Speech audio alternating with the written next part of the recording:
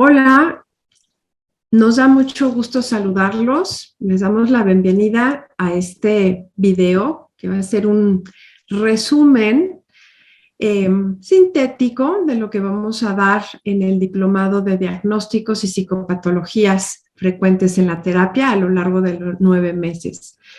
Esperamos que puedan verlo en su totalidad para que se enteren de todos los aspectos tan interesantes que vamos a abordar, que vamos a estudiar, que vamos a dedicarnos muy concentradamente a entender, sobre todo en función de detectar qué tipo de estructura tiene cada persona que atendemos, para entonces definir cómo vamos a trabajar con él, qué le vamos a decir, qué actitud vamos a tener, etcétera.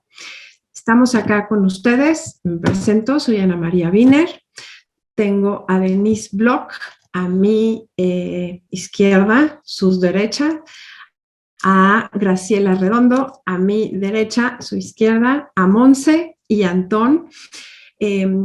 Somos el equipo que hemos trabajado durante varios meses armando y organizando este diplomado para que resulte totalmente interesante. Vamos a tener una base bibliográfica muy, muy extensa. Vamos a tener bibliografía que revisen alumnos que tengan un poco más de experiencia y vamos a tener bibliografía para alumnos que no tengan tanta experiencia en este campo. Vamos a revisar películas, vamos a ver, dar la oportunidad, ¿no?, de que ustedes puedan, no solo a través del cine, entender cómo se manifiesta una psicopatología, sino también vamos a trabajar con muchísimos materiales clínicos que hemos ido buscando a lo largo del tiempo, consiguiendo, y los vamos a analizar detenidamente en las clases para comprender qué pasa dentro de la mente de estas personas, cómo funcionan, cómo se manifiesta cada aspecto de su patología. Quiero comenzar por decirles dos breves comentarios acerca de los diagnósticos y la psicopatología. Recuerden que no hay un diagnóstico puro, nunca se da una patología única en el funcionamiento mental de una persona, pero sí predomina alguna. Sí, el funcionamiento central lo vamos a ver que está dado y comandando por ciertos aspectos, ¿no?, de funcionamiento psíquico. Y aunque no predomine, digamos, aunque no haya una psicopatología pura, y sí tengamos que conocer a lo largo del tiempo todos estos aspectos que componen la personalidad del individuo y que por ahí entendemos que hay aspectos de una patología totalmente diferente, de todas maneras tenemos que recordar cuál es el funcionamiento central, porque de esa manera va a depender cómo vamos a intervenir. La escucha, la conducta, la actitud de la persona va a estar comandada por ese eje y entonces es muy importante comprenderlo. Una vez que tengamos esto bien entendido, se va a conseguir, ¿no?, con cada uno de nuestros pacientes esa comunicación fluida.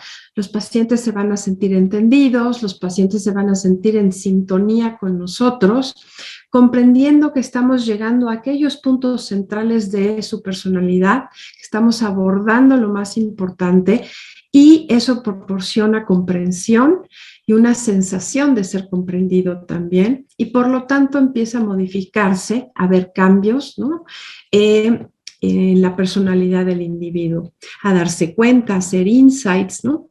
Es un trabajo que es largo, lleva muchos años para trabajar con este tipo de patologías, pero se van viendo modificaciones a lo largo del tiempo, a mediano, ¿no?, a mediano plazo, y la persona va manifestando esos cambios, ¿no? Va hablando de cómo se siente, de cómo va cambiando, de que ya no es como era, y eso lo vamos a ver. Para darles también una mirada rápida, vamos a hablarles en este tiempo que le vamos a dedicar al video de hoy, vamos a hablarles de algunas de las patologías más importantes que se dan en la actualidad en pacientes adultos, adolescentes y niños. Lo vamos a hacer comentando todos un poco acerca de cada uno de estos asuntos que son muy interesantes, para que ustedes se den una idea de qué es lo que vamos a abordar. Bueno, entonces iniciaremos, Antón y yo, mencionándoles algo acerca de estas patologías que vemos con mucha más frecuencia en nuestra consulta en adultos. Y fundamentalmente, no vamos a abordar todas porque son varias, les vamos a dedicar un mes a cada patología, pero sí, por ejemplo, algunas de las patologías más importantes que vemos comúnmente, obviamente ha sido la depresión, que es una patología muy central en esta época y que es también fundamental aprender a cómo trabajar con ella, ¿no? A veces los pacientes, como hemos mencionado en muchas ocasiones en otras actividades de Leya, los pacientes están muy preocupados por sus síntomas y vienen con mucho interés a quitárselos, acuden a terapia para que nosotros hagamos una labor que se dirija única y exclusivamente a quitar esos síntomas.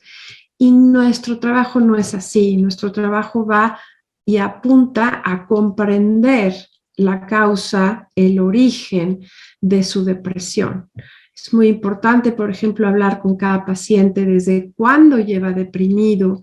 Hay depresiones que llevan muchísimos años, toda la vida. Hay otras que aparecen como reacción ante algún evento de la vida del paciente, como puede ser el encierro en la pandemia y la gente se deprime, o la pérdida de un ser querido, o puede ser que esta depresión venga por un rompimiento de pareja o una pérdida de trabajo y esté, digamos, en un nivel de intensidad fuerte durante un tiempo, pero que no sea el eje central del funcionamiento mental del individuo, ¿sí? Todos estos pormenores son los que tenemos que definir, porque de ahí vamos primero, por ejemplo, a decidir si vamos a consultar a un psiquiatra que ayude a la persona, ¿no?, a sentirse mejor. Todo va a depender de cuánto la persona pueda digamos, hablar, sentirse tranquilo para escucharnos, si está en un constante llanto, con niveles de ansiedad muy intensos, no se puede trabajar. Entonces, tenemos que buscar la ayuda de un psiquiatra de confianza para mandarlo y que empiece a tomar una pequeña dosis o la que el psiquiatra considere necesaria para que entonces el paciente se calme, se sienta mejor y podamos trabajar en la terapia con él, ¿no?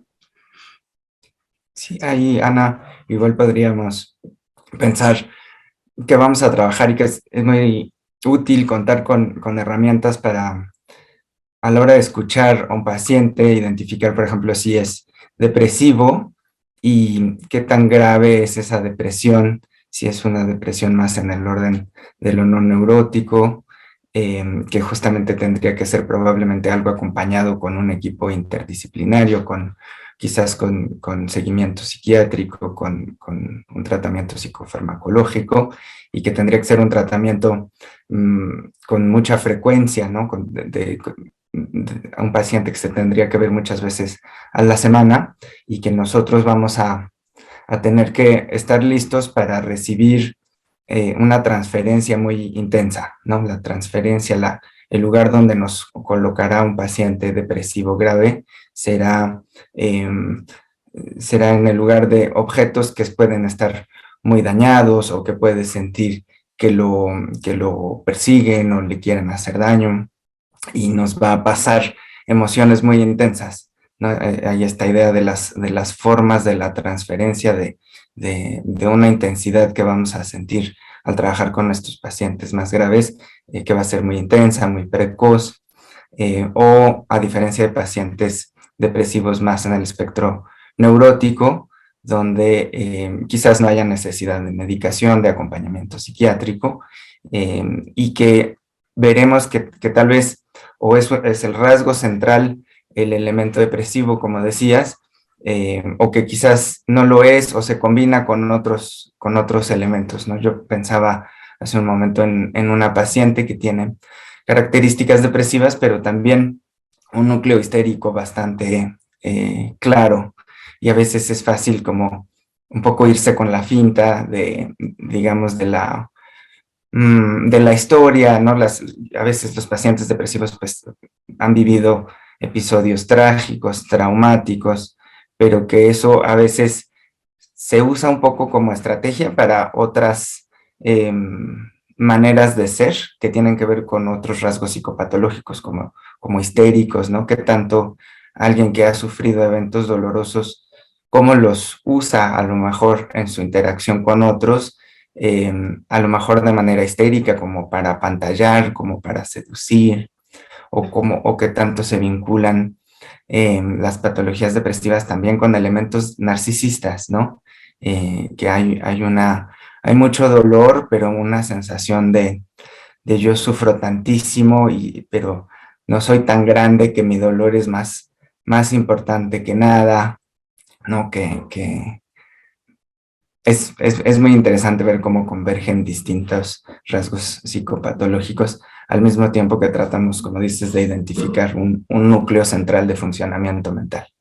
Sí, por ejemplo, si tenemos a un paciente depresivo y le agregamos, como tú mencionaste, elementos paranoide, ese paciente, por supuesto, va a ser alguien más grave que un paciente que tenga depresión y rasgos histéricos, como tú mencionas, ¿no? La vivencia, digamos, que tiene el paciente depresivo con aspectos paranoides en donde se siente perseguido, que le van a hacer daño, ¿no? Que todo lo que haga no va a servir. Entonces, le agrega todavía un sentido más negativo a su depresión. Y entonces la labor que tenemos que hacer, ¿no? Tiene que tener ese conocimiento exacto de cuándo está hablando la depresión, cuándo está hablando la paranoia, por ejemplo, y cómo abordar cada aspecto, sobre todo para conseguir una escucha adecuada, ¿no? Para que el paciente nos entienda y para que el paciente se sienta que estamos abordando el nivel adecuado de lo que él nos está trayendo en este preciso instante a la sesión y que está llevando a cabo con nosotros en la terapia. En ese sentido también pensaba, ¿no? Como con algunos pacientes depresivos, ¿no? Que tienen más como una cuestión masoquista, ¿no? Cómo vienen a provocar a veces el tratamiento, que los tratemos, les hablemos de tal o cual forma, ¿no? Cómo tenemos que estar preparados para esto que decía Antón, lo que van a ir provocando en nosotros, ¿no? A lo mejor habrá pacientes que provocan que los regañemos, ¿no? Que les hablemos de una manera fuerte y reproducir acá en el tratamiento como una forma de maltrato, ¿no? Entonces, en ese sentido también es muy importante entender que está detrás de la depresión, como bien decían, ¿no? Si es una cuestión en donde predomina la culpa, por ejemplo, habrá que hablarles con cuidado para no hacer que esa culpa se vuelva gigante y salgan del consultorio con una cuestión de autoflagelación, por ejemplo, ¿no? Creo que en ese sentido es muy importante. Y por otro lado, aquellos pacientes que a lo mejor por una cuestión narcisista se les va a dificultar, ¿no? Recibir la ayuda, ¿no? Poder depositar en el analista realmente como su parte necesitada, ¿no? Y poder escuchar lo que le decimos, ¿no? Creo que también eso es muy importante. O sea que lo que estamos ya mencionando son los distintos niveles que vamos a abordar en cada patología. El nivel teórico, que va a explicar la psicodinamia, es decir, la organización interna en la mente del individuo de todos esos aspectos que se conjugan para reproducir una patología, ¿no? Y para manifestarla en la vida diaria. Por ejemplo, lo que decía Denise en este momento de la culpa, nosotros vamos a ver individuos depresivos con aspectos culpígenos muy importantes.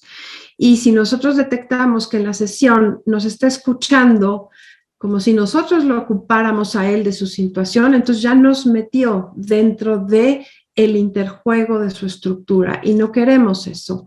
Queremos salirnos de ahí para poder ayudarlo a entender qué le está pasando. Eso es lo que se llama el juego de la transferencia y la contratransferencia.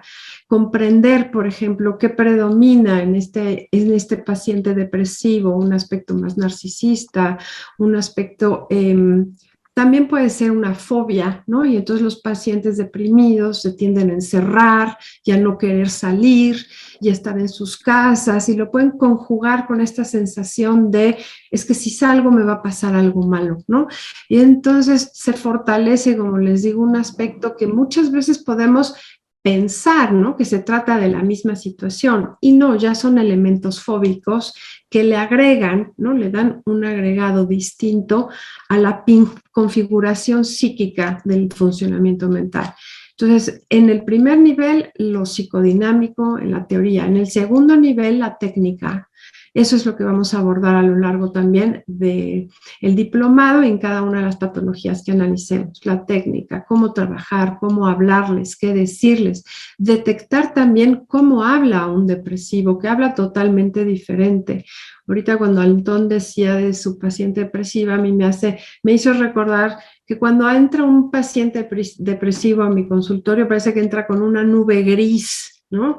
Y entonces cae una tormenta, metafóricamente hablando, dentro de mi consultorio. Entonces todo es malo, todo es lo peor, y trae un pesimismo que parece un tsunami que quiere invadir todo el espacio, y nosotros tenemos que contrarrestar eso y no permitirlo, detenerlo, pararlo, para que entonces el paciente pueda pensar, pueda entender, pueda tener otro tipo de dinámica relacional con alguien, que vaya aprendiendo, que vaya retomando cómo, ¿no? Es terminar con esos aspectos en su mente que lo hacen ver o tener esa visión tan negativa, pesimista, gris de la vida. Y el último nivel va a ser el clínico, que en donde yo hablé justamente hace ratito, mencionaba que vamos a traer materiales clínicos de pacientes reales, ¿no? De pacientes reales, para que vean cómo se expresan, cómo dicen las cosas y cómo abordamos ya en realidad, ¿no? Cada aspecto de los que vamos a platicar en la técnica.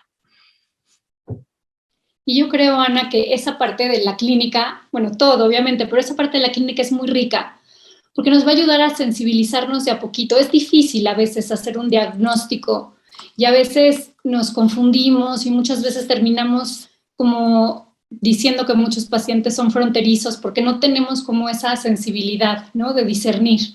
Entonces creo que hacer estudiar tantos casos clínicos y demás, les va a brindar a los alumnos esa sensibilidad para poder tener un diagnóstico más agudo y entonces poder trabajar de una mejor manera, ¿no?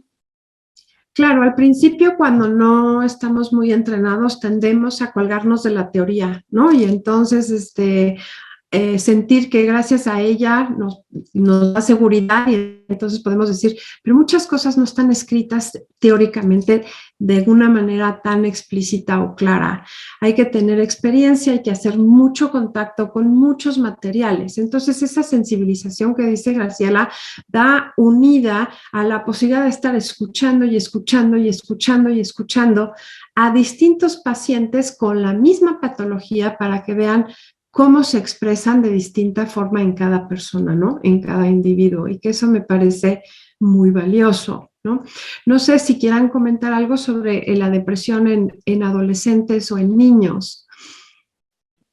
Bueno, yo estaba pensando que sí, que la depresión, como bien lo dijiste, está por desgracia, no muy presente en todos. En los adolescentes es algo muy común por todo lo que están pasando, por este duelo, ¿no? Hacia la latencia, o ese duelo a ser niños y parecer que la vida es más fácil, y de repente tener que lidiar con todos estos cambios que están viviendo, lo difícil que es.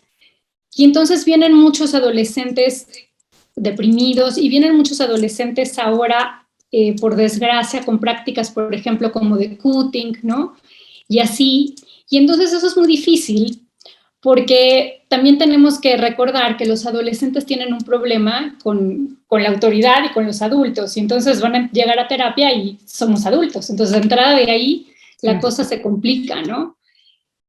Las sesiones con los adolescentes al principio son muy difíciles, son como densas con muchos, que lograr que hablen es pesadísimo, se hacen eternas, la contratransferencia se vuelve también, ¿no?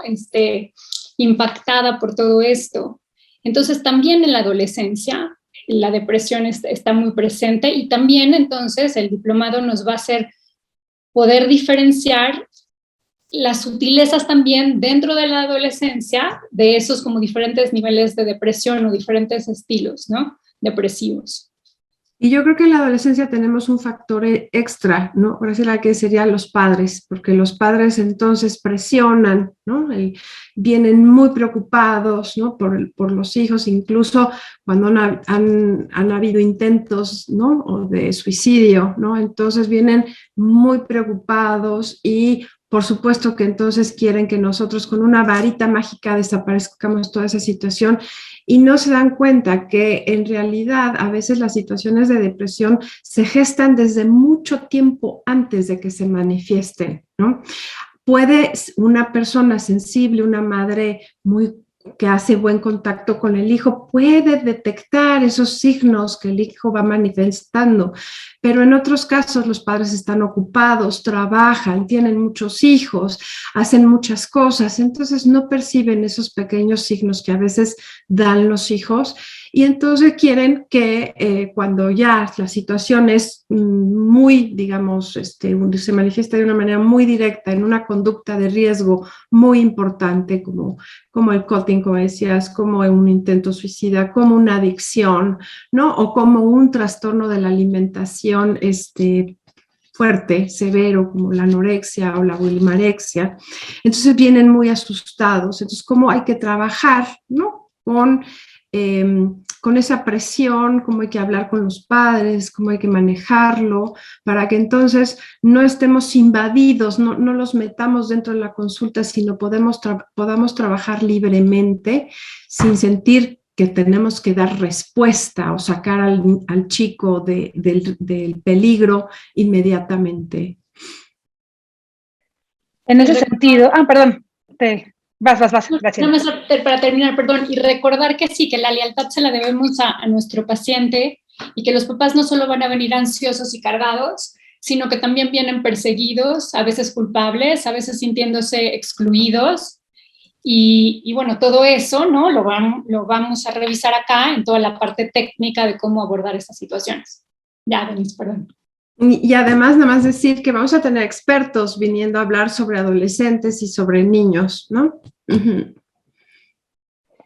Exacto, ¿no? Y en esto que mencionan con respecto a la infancia, ¿no? Y a los padres, el papel de los padres en la infancia, principalmente de la madre, me quedaba pensando, por un lado, cómo es un trabajo en la infancia que va a requerir el trabajo con esos papás que están mencionando, ¿no? O sea, por lo general, cuando nos derivan a un niño, ¿no? Por el motivo que sea, ya sea porque sea por parte de la escuela, ¿no? Que mandan llamar a los padres para decir que ese chiquito no está jugando o que no se está desenvolviendo como sería lo esperado, ya sea académicamente, ¿no? O podría ser también en la socialización, como bien mencionabas, Graciela, los padres suelen venir preocupados, angustiados, ¿no?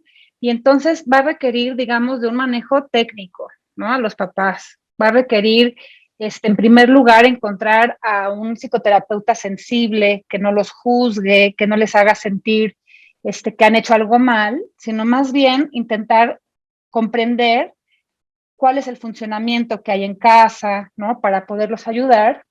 Y en ese sentido podríamos pensar cómo,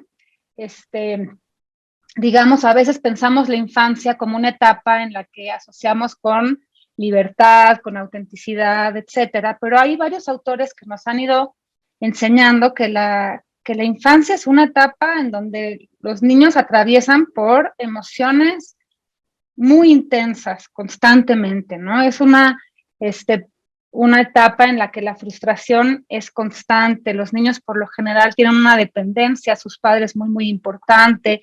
Como bien decías, Ana, ¿no? La mente del niño requiere de una mente allá afuera que le ayude a pensar y que le ayude como a entender todo lo que le sucede, tanto interna como externamente, y no siempre es así, ¿no? Entonces, desafortunadamente también, ¿no? Es una etapa de la vida en que encontramos a veces depresión, ¿no?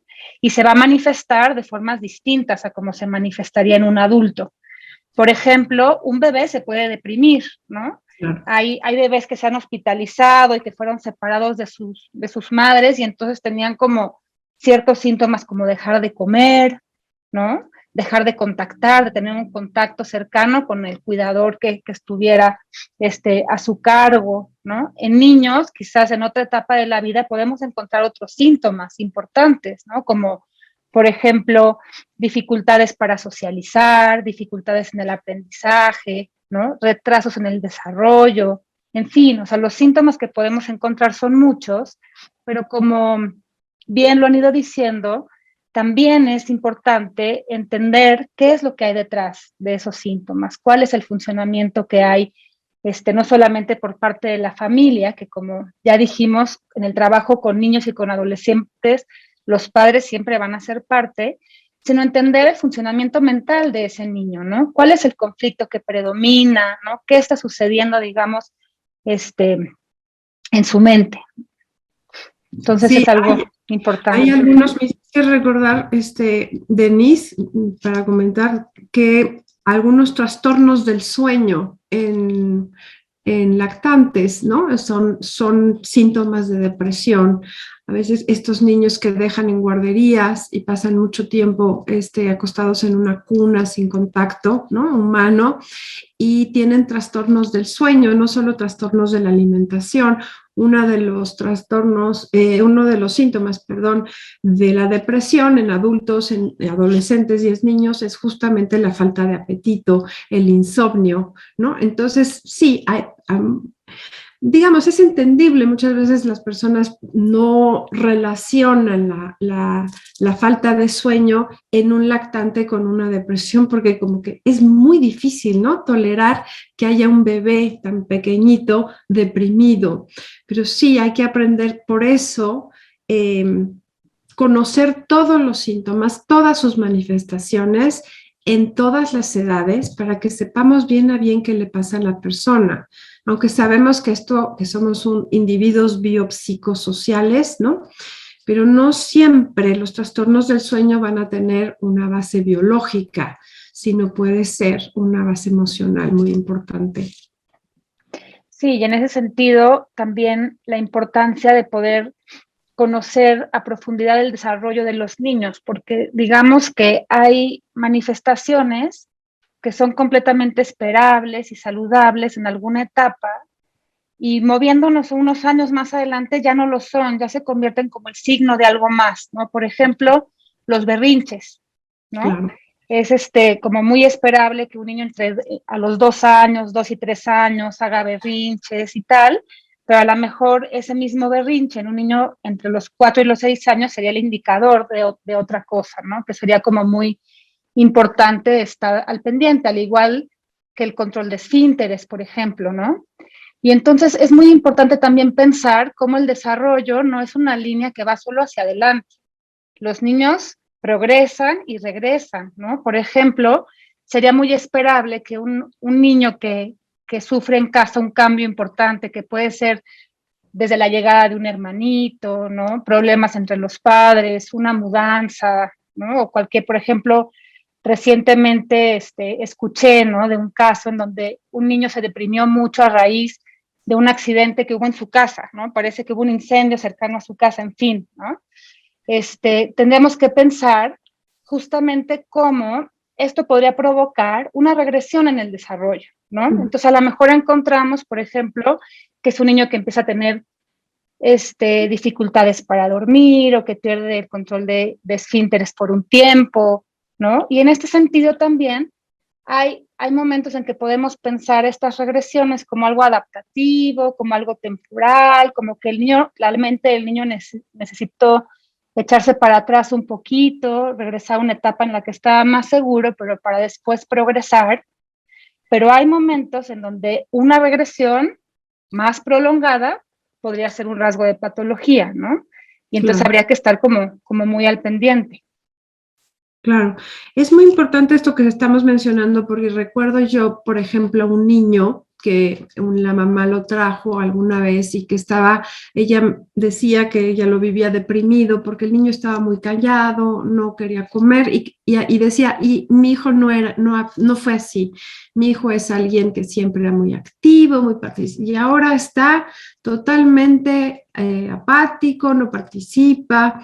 Y haciendo una buena historia, una buena entrevista para, digamos, detectar estos elementos que les digo, pues encontré que no se trataba de una depresión, sino de una rebeldía, ¿no? Y entonces el niño, ante una madre muy intrusiva, muy metiche, ¿no? Muy controladora, encontró la salida y dijo, no vuelvo a hablar, no vuelvo a decir nada, y se hace el silencio. Y la madre pensaba que estaba deprimido, y en realidad no, se trataba de una rebeldía muy hostil, porque era de una manera bastante agresivo para la madre este comportamiento del hijo, ¿no? Por eso les digo que hay que analizar bien, no porque los padres nos digan está deprimido y ya nosotros tenemos que dar por sentado que eso es lo que le pasa a los niños o a los adolescentes, sino que nosotros somos los que tenemos que hacer, ¿no? Un análisis muy agudo que vaya directamente, ¿no? A que pensemos y entendamos lo que le pasa al niño en su funcionamiento general, ¿no? Y es En que ese ahí, sentido, no, vas, perdón, vas. no, es que me hacen pensar, ahora que les escucho, en un fenómeno muy interesante, ¿no? Que es el pedido de ayuda, ¿no? De un adolescente, de un niño. O sea, los adultos normalmente llegan con, vamos a decir, una intención. Después se verá si eso es verdaderamente el tema central o si eso es un pretexto que nos ayuda a entrar a aquello que verdaderamente los aqueja, los abruma o que está frenando su sensación de bienestar. Pero en los niños y en los adolescentes, esta manera de pedir la ayuda, pues es mucho más velada, digamos, ¿no? Porque no tiene una mente tan convencional como la de los adultos. Y entonces los caminos que cada mente del niño, del adolescente encuentra para expresar que está necesitando algo, que no está conforme con algo, que requiere apoyo y acompañamiento para tramitar muchas de las cosas que están pasando, pues pueden ser tan variadas como cada persona, ¿no? Como cada uno de ellos. Y claro, los papás, los adultos cercanos pueden notar que algo pasa, pero tampoco tienen que entender a profundidad exactamente lo que es. Y ni ellos como papás, ni el niño del adolescente tienen que atravesar solitos por esto, ¿no? En México tal vez estamos todavía construyendo esa cultura, ¿no? De que así como cuando uno enferma físicamente y entonces queda claro que uno necesita la ayuda del profesional porque no vale la pena padecer de eso más del tiempo necesario. En la parte emocional es algo que todavía se está construyendo acá como algo deseable de tener acceso en tu vida, en la vida de los niños, de los jóvenes que quieres, ¿no? Pero cuando sucede es muy importante hacer caso, ¿no? Cuando como adulto cercano, como profesional, por la razón que sea, nos llega un niño o un adolescente, es una oportunidad valiosísima para decir, mira, lo trajeron por esta razón, pero como dice el dicho, ¿no? Cuando el río suena, agua lleva. Entonces, vamos a ver cuál es y aprovechar este pretexto para entrarle a lo que verdaderamente hay que entrarle y ahí, ¿no? La posibilidad de que en lo clínico echemos mano de toda la técnica, la teoría, para aprovechar esa valiosísima oportunidad, pues es un poco de lo que se trata el trabajo y de la lógica con la que se está construyendo el diplomado y se va a ir armando la experiencia de cada clase, ¿no?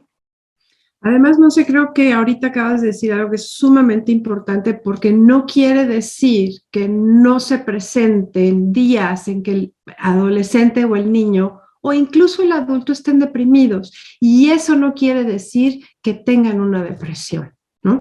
Es decir, cuando podemos observar, o los padres vienen preocupados porque han detectado que el chico de repente se deprime, y eso puede ser parte del proceso normal que están haciendo en ese desarrollo de su adolescencia. Entonces es muy importante, por eso les digo que el ubicar y el entender, ¿no?, las manifestaciones de cada una de las patologías es central. Si quieren, pasemos a hablar de otra patología para que darle a la gente todo un panorama más amplio. Por ejemplo, el narcisismo, ¿no? Vamos a ver que esa es otra patología frecuente, ¿no? Tenemos mucha demanda de personas que vienen con trastornos narcisistas de la personalidad y que es un trastorno complicado, ¿no? Es un trastorno complejo porque es totalmente egocéntrico, es decir, egosintónico, perdón, para el paciente. A él no le molesta su egocentrismo ni su soberbia, ¿no? Ninguno de estos aspectos fundamentales que muestra el paciente narcisista. Le molesta a los demás. Entonces, tiende a ser o tiende a mostrarse como una caracteropatía, es decir, una patología que se lleva a cabo a través de la forma de ser y se manifiesta en la relación con los demás.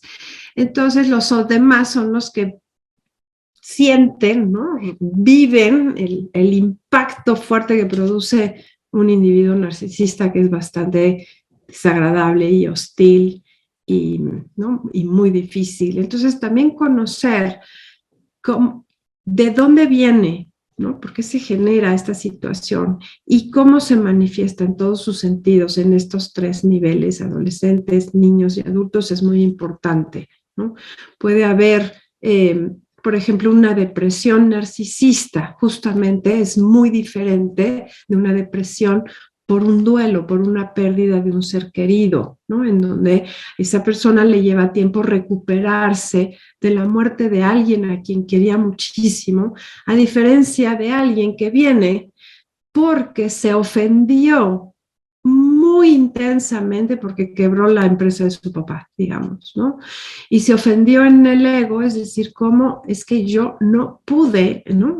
Sacar adelante esa empresa, hacerme cargo de ella, y entonces el padre se la quita y se la da al otro hijo para que el otro hijo la saque adelante. Y entonces eso se vuelve una ofensa y una afrenta personal muy importante. Y ahí es cuando entonces decimos está deprimido, viene con síntomas de dolor, de tristeza, de apatía, de insomnio, ¿no? Todos estos rasgos o síntomas que podemos detectar en los deprimidos, pero la razón que lo deprime es totalmente distinta y eso va a gestar una técnica diferente, ¿no? Que le hablemos de otra cosa diferente de perder a alguien, del dolor que produce perder a alguien. Aquí lo que se pierde es una sensación de un ego, ¿no? O de un yo todopoderoso que todo se puede enfrentar y que todo, ¿no? Lo resuelve y en ese sentido es interesante cada uno de estos matices, ¿no? Por eso es que vamos también a ver cómo las patologías se relacionan entre sí. Difícilmente, ¿no? Podemos como abordar una única patología y ponerle una frontera. Vamos a ver cómo se relacionan entre sí, se van presentando en distintas situaciones con elementos y aspectos de otras patologías. Y aquí, sobre todo esto que también ya lo comentó Denise, pero con los narcisistas la importancia de la técnica, porque desde dónde nos van a escuchar, cómo van a vivir lo que les decimos, las resistencias que van a tener a hacer una dependencia con nosotros y demás. Es decir, son pacientes que nos van a costar mucho trabajo poder accesar, tener una escucha, ¿no? Trabajar con ellos y demás.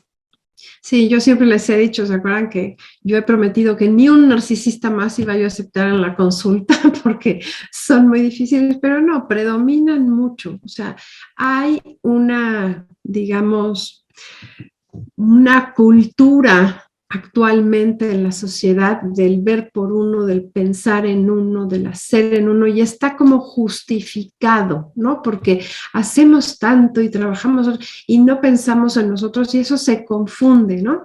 No podemos distinguir cuando, digamos, ver por nosotros está bien porque implica autoestima y querernos y tratarnos bien, y que ya caemos en una situación en donde nosotros estamos en un nivel de evaluamos a los demás en una actitud bastante hostil y eso gesta y genera una complicación en las relaciones muy importantes. Sí, puede haber quizás un entrecruce, como dices, entre como la patología y como la sociedad, un poco el espíritu de los tiempos, el momento, quizás hasta, yo pienso, por ejemplo, a veces en jóvenes como entre 20 y 30 años, que quizás también por el momento social, económico que vivimos, es más difícil para ellos que quizás para sus padres comenzar a ejercer su profesión, a como continuar un desarrollo propio. Entonces hay razones externas, pero también internas, ¿no? Y entonces se quedan en casa y como que se abandona un poco el proyecto propio, amparado en una idea grandiosa, paradójicamente, como que compensa una idea grandiosa de sí mismos, de ser muy inteligentes, muy intelectuales, pero que también es muy falsa, porque no, tampoco es que tengan mucho rigor, o que hagan un gran esfuerzo genuino por estudiar o por prepararse mejor pues para enfrentar ciertamente un mundo que es cada vez más, pues más difícil en la realidad, yo creo. O sea, es más difícil insertarse en el mercado laboral probablemente que en generaciones anteriores. Pero eso paradójicamente como que hace un gancho, como un link con problemas internos que quizás complican también y hacen más frecuente los problemas de narcisismo. Yo pienso, sí, por lo que he visto, no poco, pero, o sea, pocos pacientes, pero digamos de una muestra pequeña, viendo mucho eso en ese rango de edad. Sí, también, por ejemplo, ahorita me hiciste recordar, Antón, de un paciente que me trajeron a supervisar y se trata de un joven de 20 años, ¿no? Que él dice, yo soy muy inteligente, y él tuvo una historia curricular académica bastante baja, o sea, sacaba 6, 7, ¿no? Nunca sobresalió académicamente, pero él dice que se siente muy inteligente, que es muy inteligente y acude a tratamiento porque eh, re, eh, dejó la carrera, renunció a estudiar, estaba trabajando con el padre lo corre también porque la actitud que estaba mostrando dentro de la empresa el padre no era la adecuada, entonces el padre también lo corre, tiene muchísimos pleitos con las hermanas y los hermanos que todos trabajan en el negocio familiar, y él dice que él quiere entrar a algo que lo haga rico rápido, ¿no? Entonces, esa es una situación importante, por ejemplo, para definir si eso ya se trata de por ejemplo, un trastorno narcisista o si es una defensa narcisista ante el no querer crecer. Y que ustedes, pero Ana, ¿no? La expresión es totalmente contraria porque él se quiere hacer rico rápido. Y sí, pero puede ser que en el fondo, conociendo, ¿no? La vida, cómo se desarrolló, todos los pormenores de su psiquismo, podamos descubrir que hay un rechazo al crecer, al adquirir las responsabilidades de un adulto, al entrar verdaderamente a hacer una carrera universitaria con todo lo que implica, ¿no? Con el dolor de aprender en función de la experiencia, del ensayo y error, eso duele mucho. Entonces pueden ser defensas narcisistas, por eso también es importante hablar de que no solo vamos a encontrar patologías mezcladas, sí va a predominar una, pero también tenemos que delimitar cuándo a veces son defensas y no es una estructura como tal, ¿no? Que si no se atienden pronto, perduran, ¿no? O sea, alguna vez atendí a un hombre de 40 y tantos años que se había instalado en este discurso, ¿no? Verdaderamente furioso porque su padre y su madre, que ya habían fallecido hace tiempo, no le habían heredado casas y dinero y posibilidades para él solo dedicarse a hacer lo que le inspiraba en la vida, que era una cosa medio artística, ¿no? Pero era un enojo tremendo que le impedía hacer nada con su vida porque estaba instalado ahí en este reclamo eterno, cuál estos casos que mencionan ahorita, pero 20 años después. Y entonces ahí se ve qué tanto se puede mejorar la vida cuando se hace un buen trabajo analítico o no. Y en ese sentido, Montse, me haces pensar en la importancia de tratar oportunamente a los niños y a los adolescentes, como algo que en la infancia puede ser un indicio de algo, ¿no? O el inicio de algo que pinta para una psicopatología en el futuro, pero interviniendo en ese momento digamos que se puede ayudar muchísimo, ¿no? A que no se cristalice y se haga una cosa rígida que en el futuro sea más difícil de cambiar. O sea, me acordé como esta idea de que los niños y los adolescentes en ese sentido serían más flexibles, como un arbolito, ¿no? Que empieza a crecer chuequito y que uno lo podría como ir ayudando a crecer más derechito, ¿no? Y en cambio, como cuando un hombre consulta a los 40 años, posiblemente sería un carácter ya más rígido, ¿no? O que sería como mucho más difícil cambiar, ¿no? Entonces, en ese sentido, yo creo que sí, intervenir adecuadamente en la infancia o en la adolescencia puede ser verdaderamente muy bueno para una persona, ¿no? Y sobre todo lo que decían ustedes del pedir ayuda, ¿no? Como al narcisista, como decía Graciela hace un momento, le duele muchísimo pedir ayuda. Y sobre todo, entonces, cómo poder trabajar para que no resulte una ofensa ayudarlo, tan grande que interrumpe el tratamiento, que no se deje, ¿no? Que resulte totalmente ofensivo y entonces se vaya. Hay que ser muy sensible, ¿no? Hay que ser muy sensible para ir mediando las intervenciones que uno tiene con ellos y hacerlos entender que lo que queremos hacer es ayudarlos y no a perjudicarlos. No estamos ni devaluándolos, ni criticándolos, ni haciéndolos menos, sino tratamos de ayudarlos para que ellos tengan una vida más satisfactoria, ¿no? Porque esta gente, hay un autor muy importante que dice que el narcisista vive en una esfera vacía porque está inflada, ¿no? Está inflada, entonces no hay un verdadero contenido que represente lo que la persona es, sino está inflada. Entonces tocamos mucho ese vacío.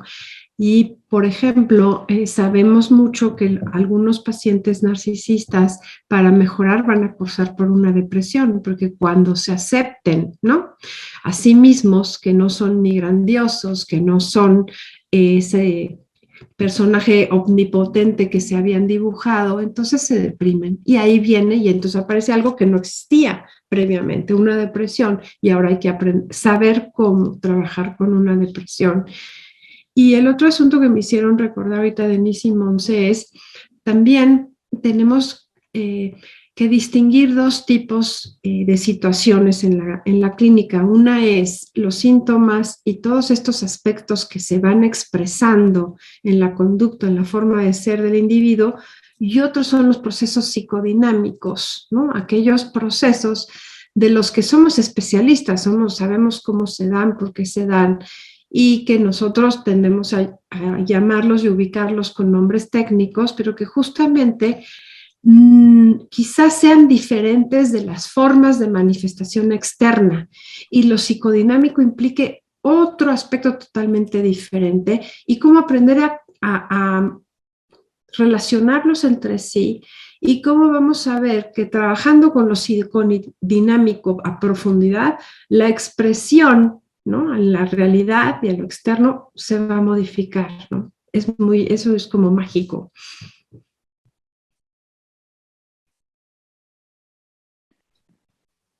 Escucho todo lo que vamos diciendo, ¿no? Y pienso, nunca es suficiente, o sea, nunca dejamos de aprender, siempre hay teorías, ¿no? O hay autores que las teorías nos las acercan de una forma diferente y podemos tener una mayor comprensión.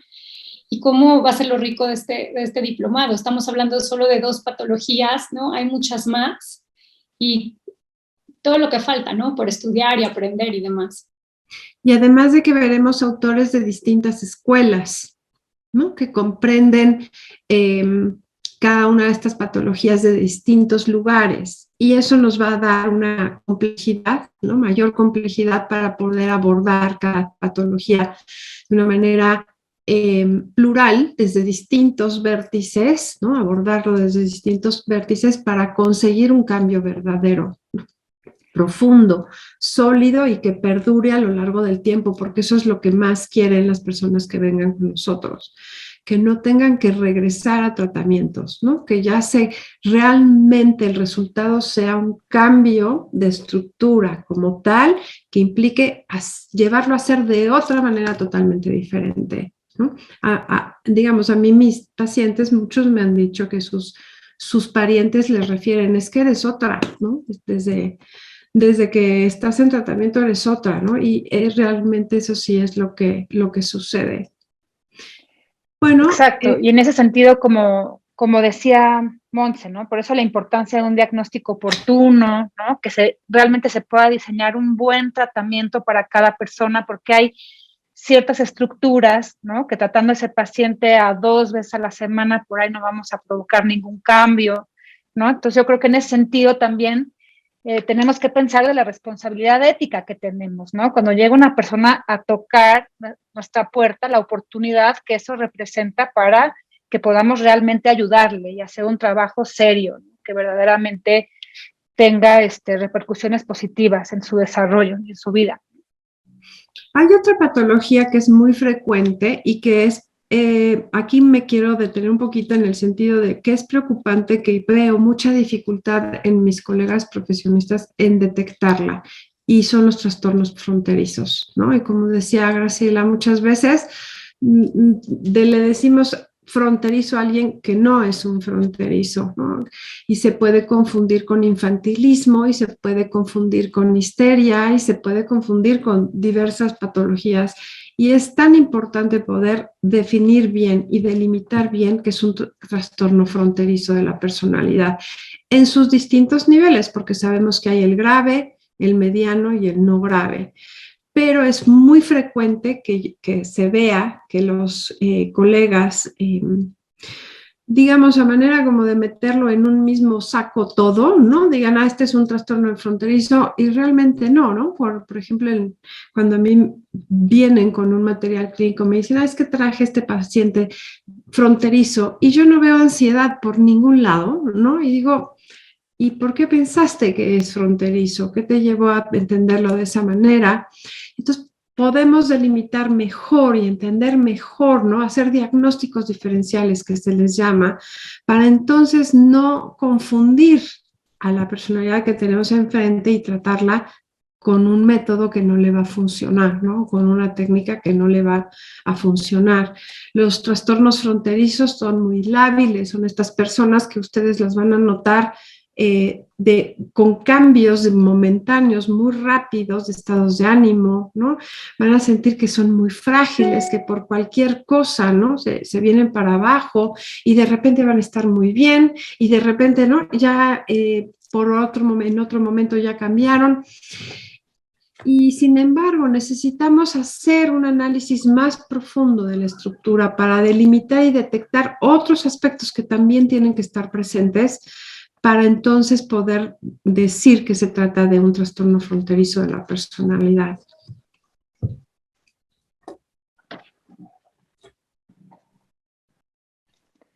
Es importante esto que dices, Ana, porque a veces, por ejemplo, hay casos en donde un paciente adolescente todavía se puede confundir, ¿no? Porque precisamente varios de los síntomas de la adolescencia a veces se parecen muchísimo a los del trastorno límite de la personalidad, ¿no? Que se ponen impulsivos, que actúan sin pensar, que hacen conductas un poco locas sexualmente, por ejemplo, ¿no? Que se ponen a experimentar, a beber en exceso.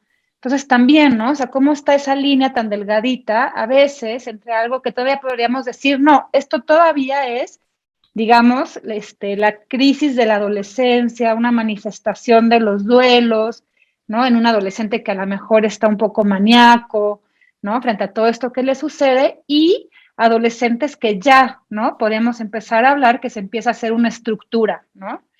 De la personalidad, muchísimo más enfocada a algo patológico, ¿no? Bueno, pues con esto vamos a terminar el video. Creo que este es un resumen, ¿no? Que hicimos como abordar algunos aspectos importantes de lo que vamos a revisar. No sé, Antón, Montse, ¿quieren alguno de los dos mencionar los datos del diplomado? Sí, el diplomado comienza este 17 de mayo, va a tener lugar todos los días martes de 6 a 9 de la noche, a partir del 17 de mayo tiene una duración de 9 meses, entonces va a durar hasta febrero del año próximo y los invitamos a que nos acompañen. Es un diplomado que se ha construido con mucho cuidado, con mucha atención a la clínica, y van a participar especialistas en las distintas patologías que van a enriquecer mucho la discusión. Y si tienen más dudas, pues bueno, ahí en la página de Centro Leya, si se van a la parte de formación continua, encontrarán este y otros diplomados y podemos empezar a compartir, ustedes a consultar más detalladamente esta información práctica de cómo se va a organizar y cómo acceder a este diplomado. Les agradecemos mucho su atención, esperamos verlos pronto, los invitamos muy cálidamente, va a ser un diplomado muy interesante, muy activo, muy clínico, que los puede ayudar muchísimo en su práctica privada. Hasta pronto.